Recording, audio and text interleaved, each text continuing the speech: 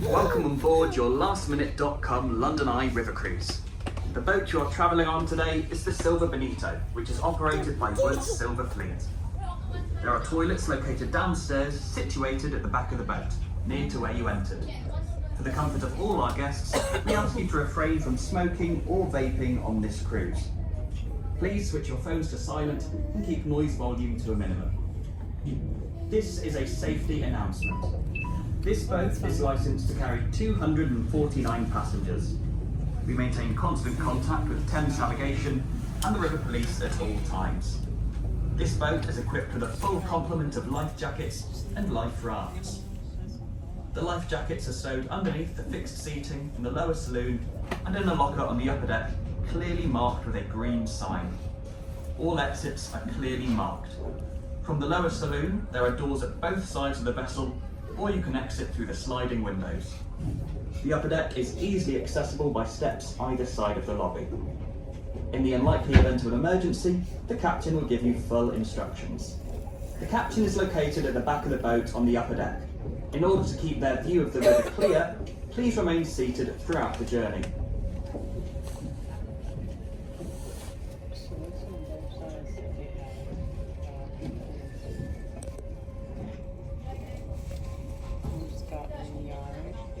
Hello everyone and welcome aboard the Silver Bonito for your lastminute.com London Eye River Cruise. Now you just heard a safety announcement there, but I would just like to reiterate the most important part, which is that if you are on the upper deck, please remain seated. We cannot have any standing on the upper deck. Now if you turn around, you will see we have our fantastic Captain Steve steering the vessel, and he's joined by Captain Dave. Now, they do need to see where they are going, and if people are stood up on the top deck, this might restrict their view of the river. You are welcome to move seats throughout the journey to get different angles for your photos, and you can of course head downstairs at any point in time. We have lovely warm indoor seating and toilets located at the back of the boat. Now, my name is Jasmine. I will be your tour guide for today. Hello everyone, hello. I'm also joined by my lovely colleague Rosie. She'll be downstairs, so if you need anything, have any questions, perhaps need a headset, then feel free to speak to any one of us and we'll be more than happy to help. Now, I do have one final rule on this boat, and that is that as we pass underneath the bridges, we must wave at the people walking across them. This is very important. I will be testing you on it at the end. This is your only chance to wave at a stranger in London and get a 5-fingered wave back. If you try this on the tube later, you might get 1 or 2 fingers instead, so make it count. Just a reminder, please do stay seated on the top deck for me, please. Thank you. Now, the first bridge, Westminster Bridge. Plenty of people up here, so make some noise, get their attention. Hello up there. Hey. Give us a wave, there we go. Thank goodness for that.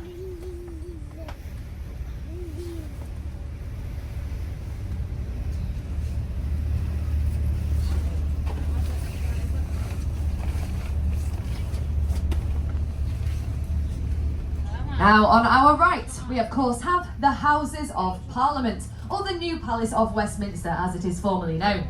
Now, there have been palaces on this site since the Anglo-Saxon times, from the reign of King Canute, and it was the case that the monarchy resided there up until the reign of Henry VIII, at which point he decided to relocate to the Palace of Whitehall and gave the Palace of Westminster over to the government, thus establishing the first medieval Houses of Parliament. Now, this is the new Palace of Westminster because the previous one did in fact burn down. And that's because the Exchequer at the time decided to burn 2 cartloads of wooden tally sticks in the underfloor stoves of the building. This of course set the whole building alight, and many Londoners stood on the other side of the river, watching and chanting, "Burn, Parliament, burn." One man was even arrested for excessive cheering. Now to our right you will see some red and green coloured awnings, and these are above the separate cafes for the 2 houses within Parliament. As you can see, lots of members of Parliament in there. Feel free to give them a wave as well, or any other hand gesture you deem appropriate. I won't judge. So we have the House of Commons, and these are publicly elected MPs and debate on new legislation. And then we have the House of Lords, who are chosen by the monarchy and ratify this legislation. The House of Commons debate on green benches, and the House of Lords debate on red benches. And the colour coding does not end there. If you look ahead of you, you will see Lambeth Bridge, and that is painted red. And the bridge we just passed underneath is Westminster Bridge, which is painted green. And this is because these were once supposedly the 2 separate entrances for the houses within Parliament. They have separate restaurants, bathrooms, shooting galleries, and this is all supposedly to prevent corruption. I will let you be the judge of how successful that has been.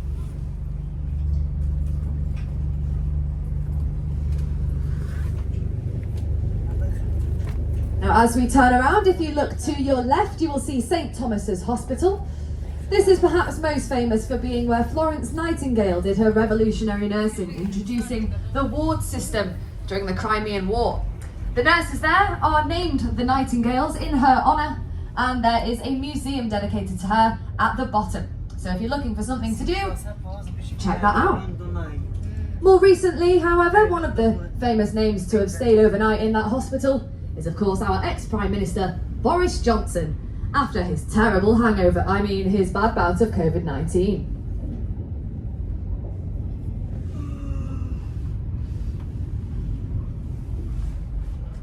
Now the tallest tower of the Palace of Westminster, to our left here with the flag at the top, that is Victoria Tower, and that was once a royal entrance to the palace, but it now serves as the Parliamentary Archives.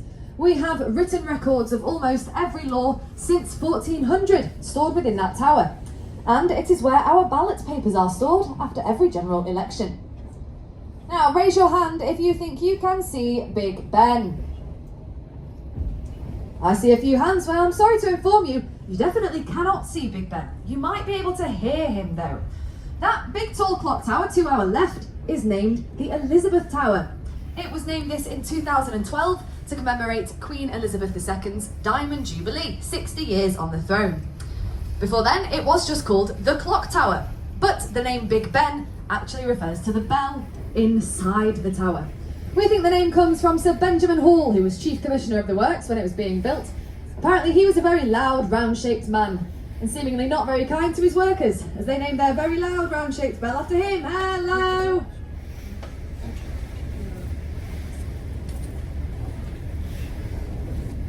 Let's all just be thankful that he wasn't called Richard. Now, coming up on our right, we of course have thelastminute.com London Eye. Standing 135 metres above London, it is the world's tallest cantilevered observation wheel. Now, cantilevered means it is only supported on one side, and it is an observation wheel because the pods are on the outer side of it. This is not a Ferris wheel. There is a much larger wheel in Dubai, but that is supported on 2 sides, making it a Ferris wheel. And my manager does not like it when I use the F word on this boat. There are 32 pods on the London Eye, 1 for every borough of London. However, do not be surprised if you find yourself on pod number 33. This is not because we have a secret extra hidden pod. It is because they removed pod number 13 to reassure our more superstitious guests. Now, the design for the London Eye was originally entered into a competition that was held to find a new landmark to celebrate the millennium. And the design came in 2nd place. I will tell you more about what came in 1st place later on in the tour, but British Airways liked the design so much that they funded it themselves. It cost them £75 million to build, but they made that back within just the first 2 years. Now ahead of us we have Hungerford Railway Bridge and the Golden Jubilee footbridges either side of it there. Make sure you give these people a wave up there. Hello! Now these are the newest bridges on the Thames, these footbridges, built in 2002. And again, hello.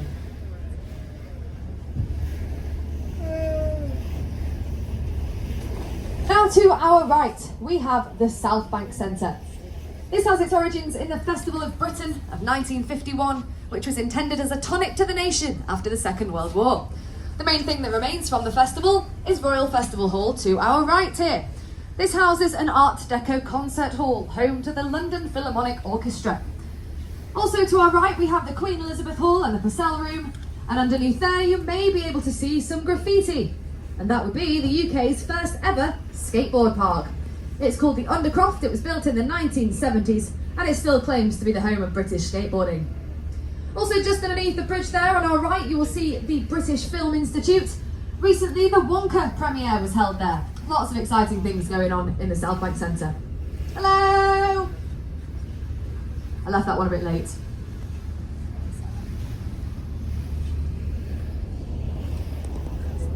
Now to our right, this rather ugly looking building with the electronic screen is the Royal National Theatre.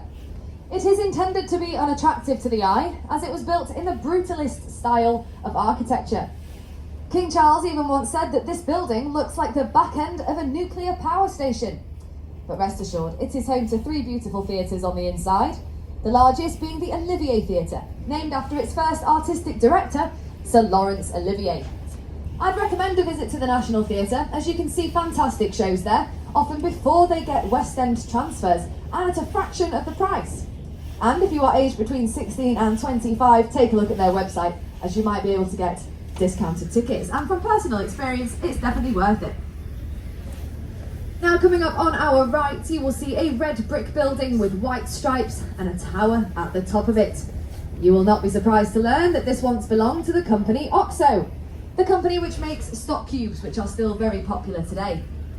However, when it was first built in the 1930s, OXO were actually taken to court. And this is because the Thames is a royal highway, which means advertising alongside it is in fact illegal. And they were in big trouble for having their company name at the top of that tower there. But luckily for them, they had a very clever lawyer who made the argument that they just so happened to order 3 geometrically shaped windows that coincidentally formed a circle, a cross and another circle. And they got away with it. We think the judge was seen as a bit of a laughing stock after that. The jokes do not get any better, I will warn you now. Now the bridge ahead of us is Blackfriars Road Bridge. And if you look at the columns here as we get closer to it, you will see that they are adorned with birds. There are freshwater birds on this side and saltwater birds on the other. And that is because the Victorians believed that this is the part in the Thames where saltwater and freshwater met. There was a lot of debate over this over the years. Modern ecologists now know that that happens further down the river in Richmond, but it's all water under the bridge now. Hello! Hello!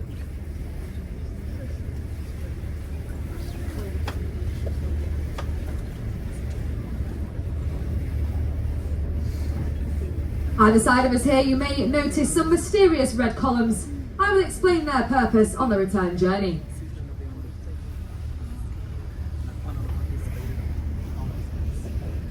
Now on our left, just behind these buildings here, you will see St. Paul's Cathedral. This is the second largest domed cathedral in the world, second only to St. Peter's Basilica in Vatican City. And it was built by Sir Christopher Wren.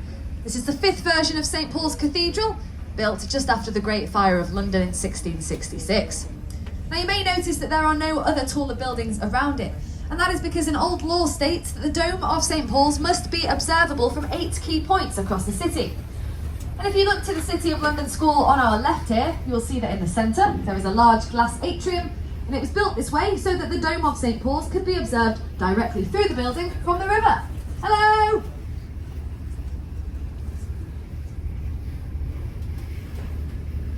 Now to our right here, this white circular building that's got some red and white flashing lights on it there, with the thatched roof, is of course Shakespeare's Globe Theatre. And it was built all the way back in 1997. That's right, this is a replica of Shakespeare's Globe, And it was built by US director Sam Wanamaker, using all the same Elizabethan construction methods, so no electronic tools were used whatsoever.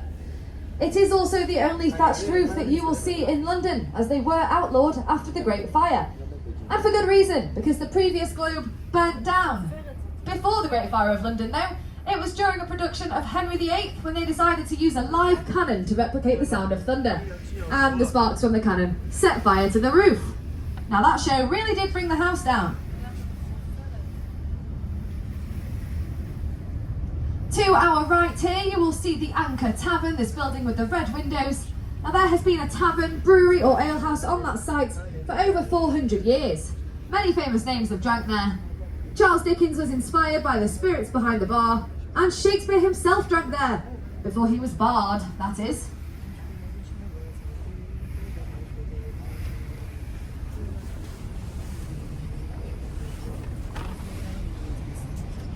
Now, coming up on our left, you are about to see a tall stone column with a golden shape at the top. Now, this is another design of Sir Christopher Wren's, and it is called the Monument. And it was built just after the Great Fire of London in 1666, both as a monument to the fire and a viewing platform for the people of London to go up to the top and watch their city be rebuilt around them. You can head to the top of the monument today, but be warned, there are 311 steps and no lift.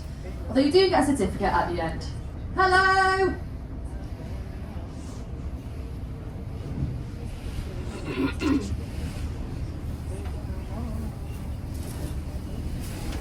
Now folks, it is the moment you've all been waiting for.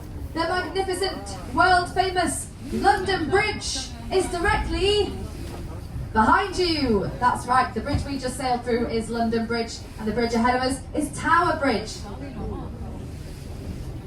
But don't worry if you got them confused, you would not be the first person to do so.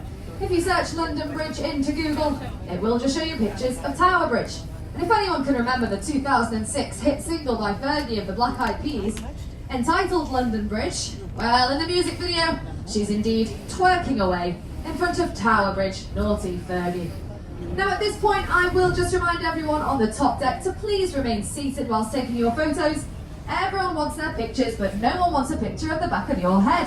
And most importantly, our captain still needs to see where he is going. And for all your safety, just remain seated. Thank you. Now to our right, we have an 11,500 ton battle cruiser, the HMS Belfast.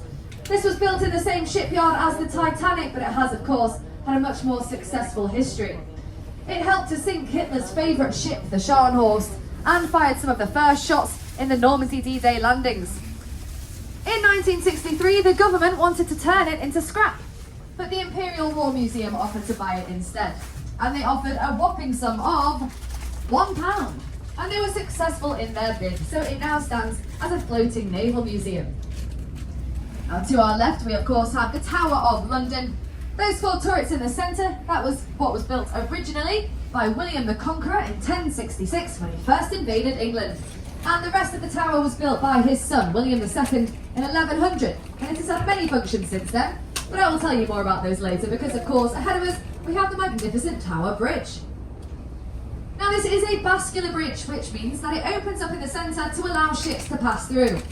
This is a free service. It will happen on any day of the year, except for one, and that day is not Christmas, it's not New Year's, it's the day of the London Marathon. I don't think anyone fancied turning it into a triathlon. Now make sure you give the people up there a wave. Hello, hello, get their attention, very good.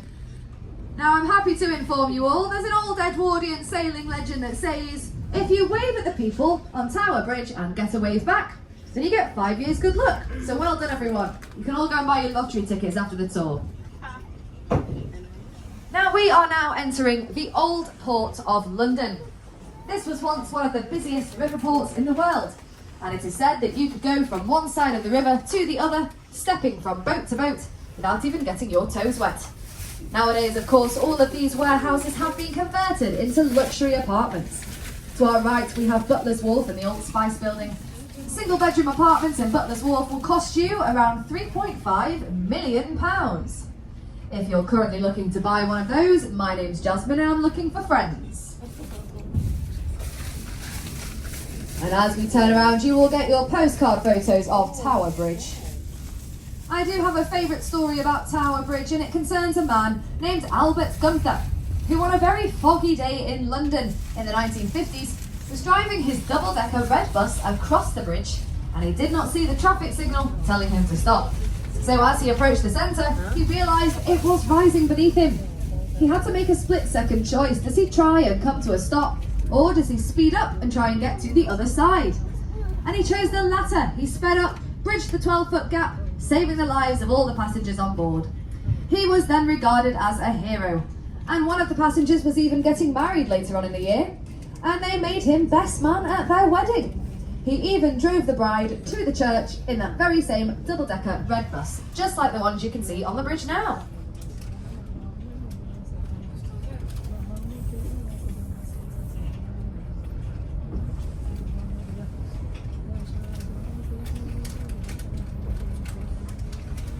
Now, Tower Bridge is a Victorian bridge, and it was built by a man named Horace Jones in the very familiar Gothic style of architecture. If you look at the stonework there, it is actually entirely cosmetic. It has no bearing on the structural integrity of the bridge. It was just added there later on to complement the Tower of London, which will be coming up again on our right.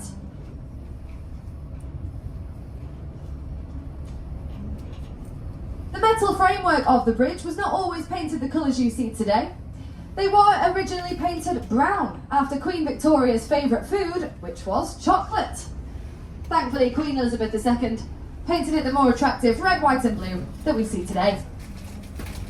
Now you can head to the Tower Bridge Experience for around £11.50, and that is the only way that you will be able to cross over the walkways at the very top there. But be warned, be mindful of what you wear, because as you will be able to soon see, part of the walkway is made of glass, and just like you will be able to see beneath you, those beneath you will also be able to see up.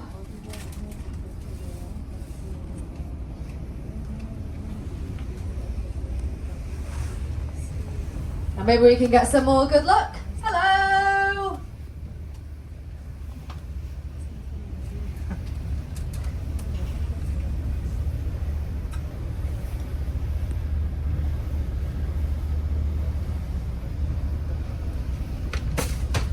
So on our right, we have the Tower of London. Like I said, it has had many functions over the years.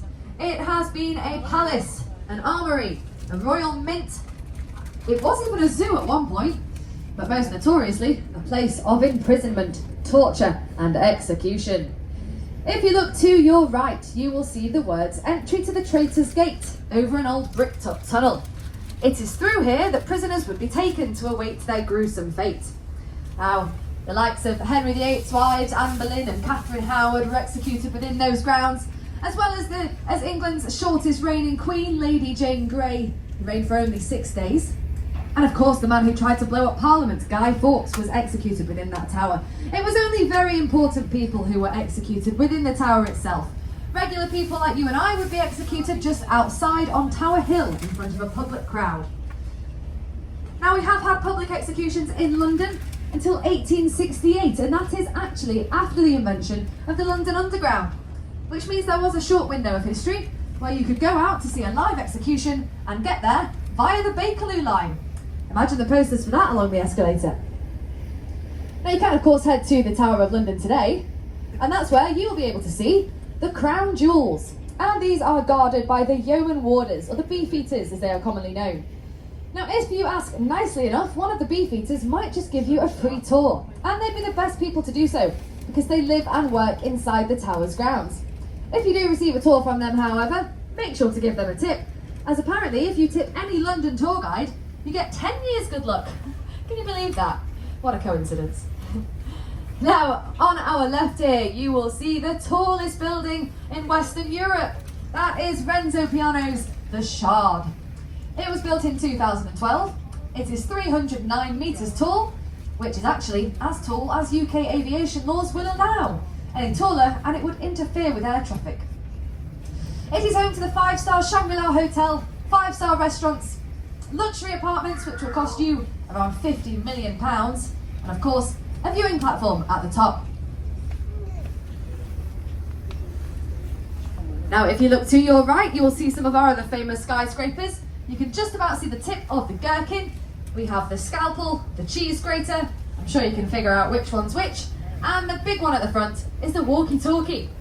Top tip, you can also head to the top of the walkie-talkie, where they also have a viewing platform. But unlike the Shard, this one is free to enter, as long as you book online in advance. So I'd recommend giving that a go. It's one of the best free things to do in London.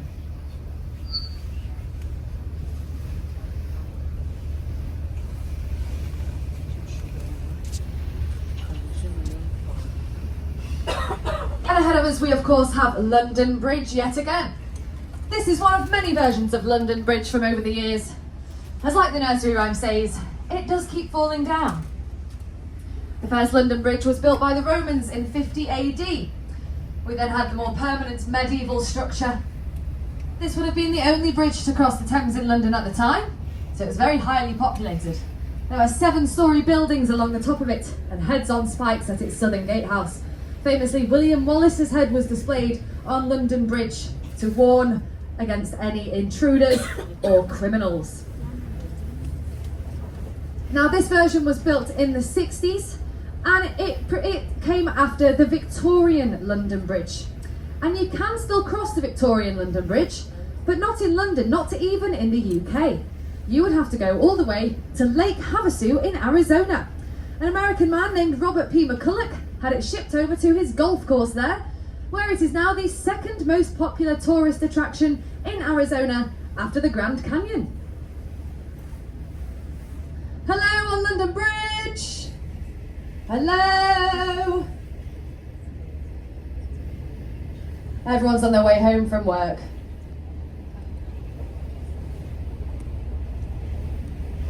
And if you look to your left and right, you will see the name London Bridge is even carved into the stonework, if you did not believe me the first time around.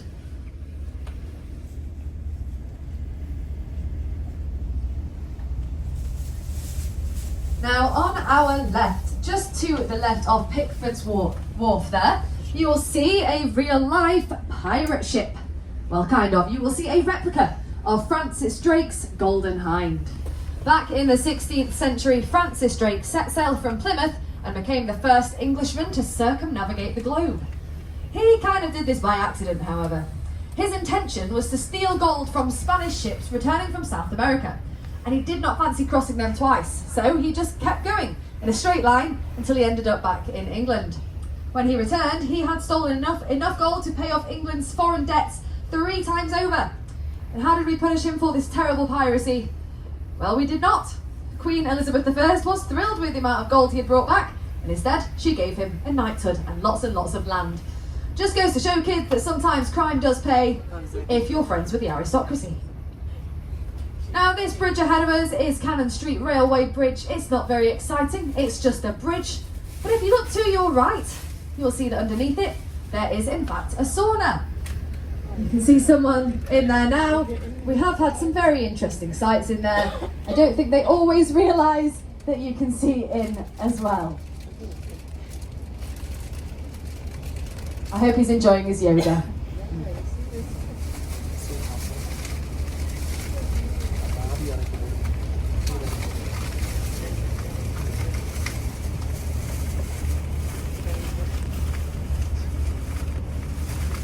Now, I do hope you like bridges. I'm going to be talking a lot about bridges on the way back. This one ahead of us is called Southwark Bridge, but it gets a nickname of the Lonely Bridge. And this is because it has the lowest footfall of all the bridges on the Thames. As you can see, not very many people up there. It is also the only gaslit bridge on the Thames. By that, I do not mean that we're trying to convince it that it's not a bridge. I mean it is lit by gas lamps as opposed to electric. It is built in the Art Deco style of architecture. Maybe we can get a wave. Hello! See, it's definitely a lonely bridge.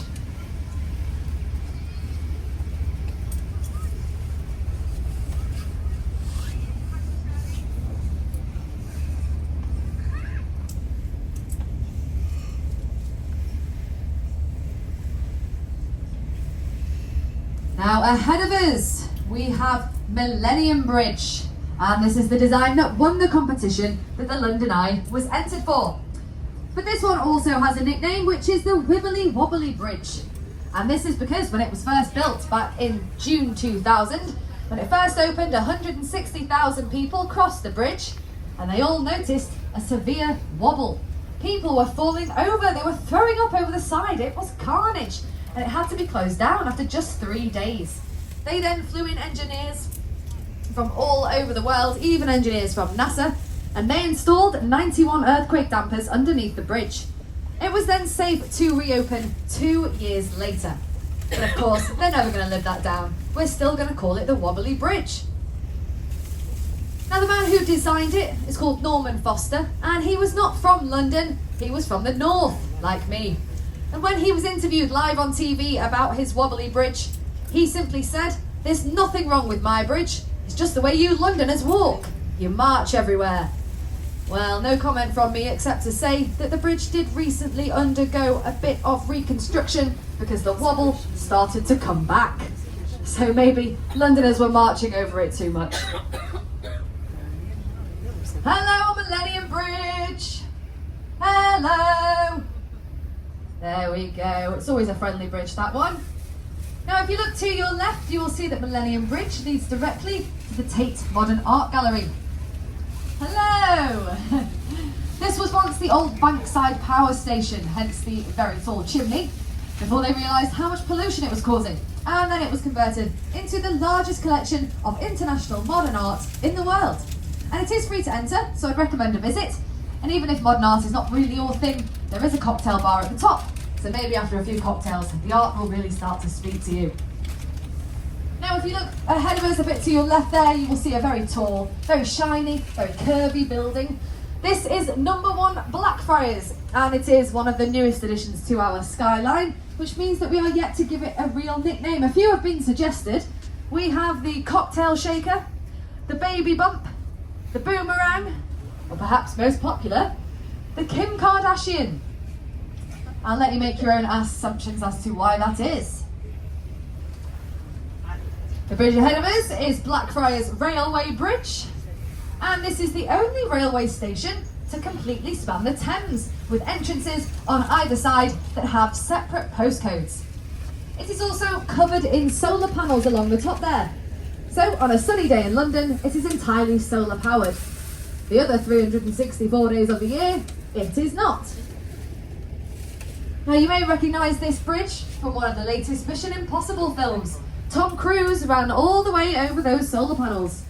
However, he ran towards the north side of the Thames and ended up on the south, which you might agree is a rather impossible thing to do.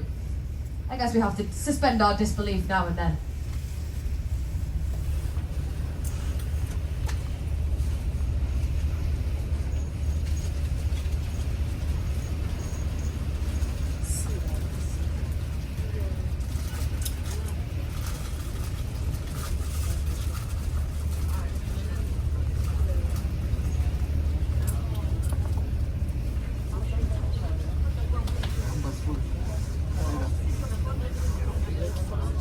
Now, to our left and right, we are reminded of these mysterious red columns.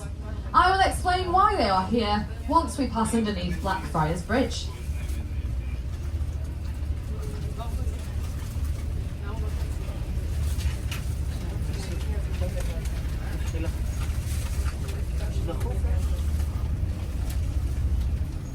Hello downstairs. I just thought I'd come into the warmth for a bit, see how you are. We all good? Good. Now, those red columns once held up St Paul's Bridge, which took some of the first steam trains across London. However, as steam trains got heavier and heavier, the bridge started to crumble and break and it had to be taken down. It was then replaced with the brand new Blackfriars bridges on either side. But when they went to remove the columns, they realised they were so firmly embedded in the river that the only way to remove them would be by using dynamite, and this would likely destroy the brand new bridges they'd just built on either side. So instead, they decided to paint them red, give them a grade 2 listing, and hope that no one would notice. Of course, we have noticed, and we point them out on every single tour. Now, if you look to your right, you will see that some work is being done on our embankment. Maybe we're getting a new underground station or a London Eye 2.0. Well, it's not that exciting, I'm afraid. We are getting an upgrade to our sewer system. That's right. We're getting a super sewer, or as Londoners affectionately call it, a super pooper. That's right, that's not a joke. They are genuinely calling it that. Now, this new sewage pipe is said to be able to hold 2 double-decker buses going side by side through it with room to spare. But it is about time, because we have had the same sewage system since the Victorian times. And before the mid-19th century, the Thames would just be riddled with raw sewage and waste. It got so bad that it led to something called the Big Stink in 1857, where over 60% of London's population wanted to move away from the river because of the stench. So they decided to do something about it, and they hired Joseph Bazalgette, who reformed our sewage system, installed the embankment, which narrowed the Thames and allowed for sewage to be flushed out more easily. Now, if you look down, you may still think the Thames still looks quite dirty, but it is actually one of the cleanest urban rivers in the world, and it is home to 125 species of marine life. We have seen seals, eels, dolphins, seahorses, porpoises, and even whales and sharks in the Thames.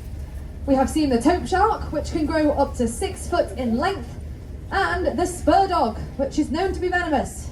So yet another reason not to go for a swim.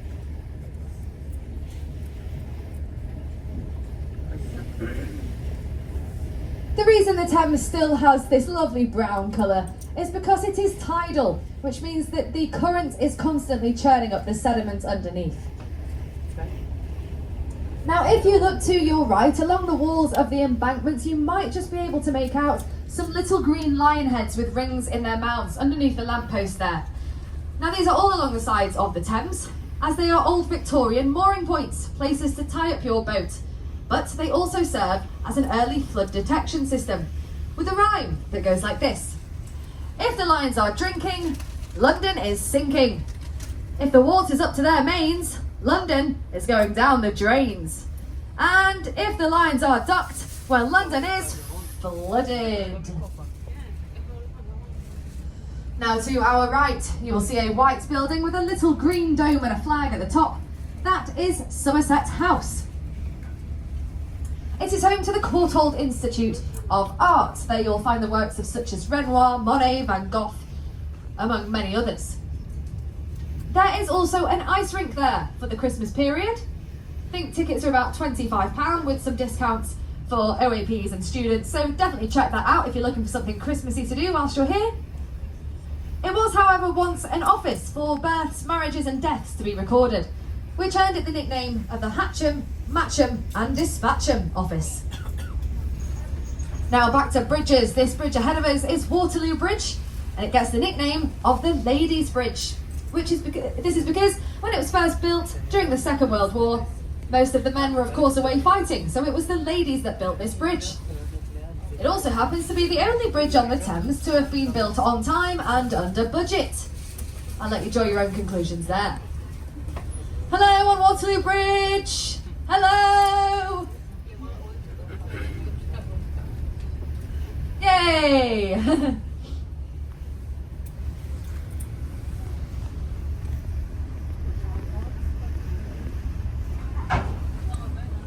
Now on our right here you will see a white square building with a flat roof and a single flag at the top.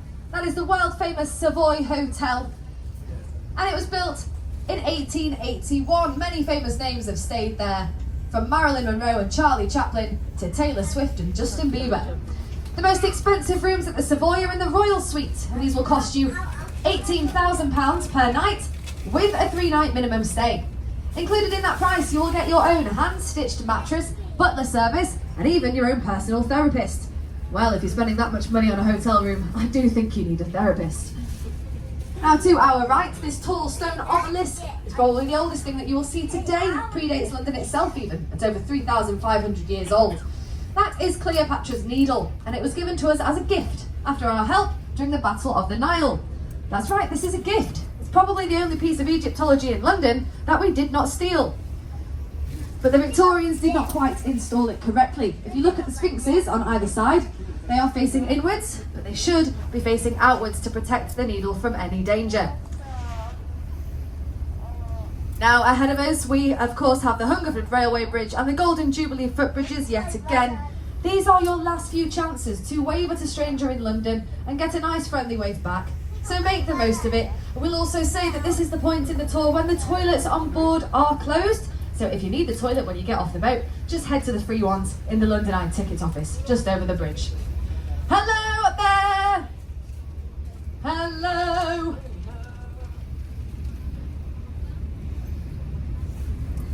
People just don't like waving today.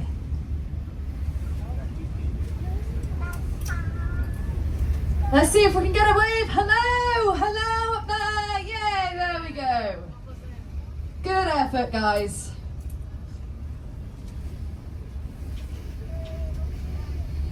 Now on our right, you will see behind these trees a white building with lots and lots of flags on top. That is the Ministry of Defence, or the iceberg as it is commonly referred to, as what you can see is just the tip of the iceberg. There are many more floors underground than there are overground, and there are even tunnels which connect to Parliament and Downing Street.